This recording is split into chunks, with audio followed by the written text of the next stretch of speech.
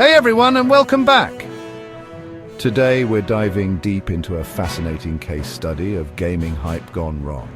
We're talking about World Boss, the game that Laserbeam and MrFreshAsian promised would be the next Fortnite. A game that had all the right ingredients, but ultimately fell spectacularly short. We'll explore why the hype train derailed and what lessons we can learn from this cautionary tale. Let's rewind. It all started with this cryptic tweet from Laserbeam. "I'm making a game, I ain't telling you anything yet."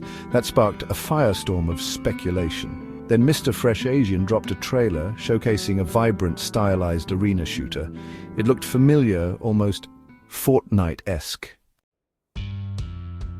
The comments were overflowing with excitement. New World Boss, this is going to be the next Fortnite. With their combined millions of followers, it seemed like a guaranteed hit.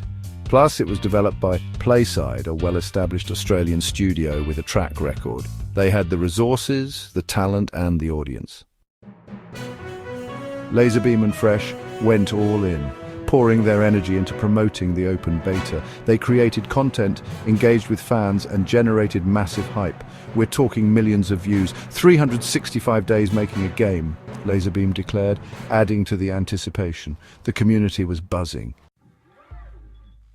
But then, the game launched, and the reality hit hard. Despite the massive pre-launch hype, the player numbers were underwhelming. It peaked at just over 1,000 players, and then the decline began.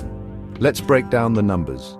You can see the initial spike, but then a sharp drop. What happened? The reviews tell a story of frustration. Laggy Roblox clone, terrible FPS, unoptimized. Players with high-end PCs were struggling to run it smoothly. The game was plagued by technical issues, bugs, crashes, poor performance. The list was endless. Even Laserbeam experienced these problems live on stream. You can see here, the RPGs just weren't firing. It was a mess. The developers responded, promising fixes. They issued patches, addressed some of the performance issues, and tried to squash the bugs. But even after these fixes, the core gameplay had fundamental problems. Boring, repetitive, no meaningful objectives. The game lacked depth and variety. The main goal, becoming the world boss, was poorly executed. It was supposed to be a dynamic, engaging experience, but it fell flat. The health disparity was ridiculous. Players spawned with a fraction of the world boss's health, making it near impossible to compete. Instead of fostering teamwork, it created a chaotic free-for-all. Players simply ignored the world boss and focused on fighting each other. And while the gameplay was confusing and clunky, the in-game item shop worked flawlessly. Microtransactions were prioritized over playability. This didn't sit well with the community.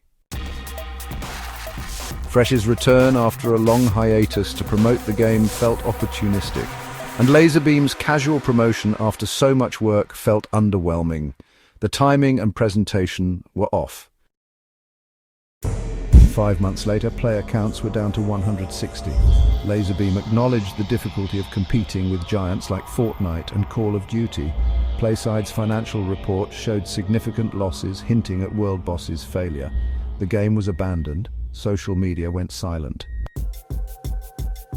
And now, lobbies are filled with bots. 90% of these people feel not real, one player commented. The game is a shell of its former self. So, what can we learn from this? Hype isn't enough.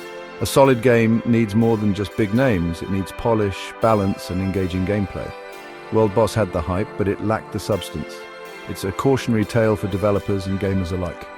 Thanks for watching, and let me know in the comments what you think. Don't forget to like and subscribe.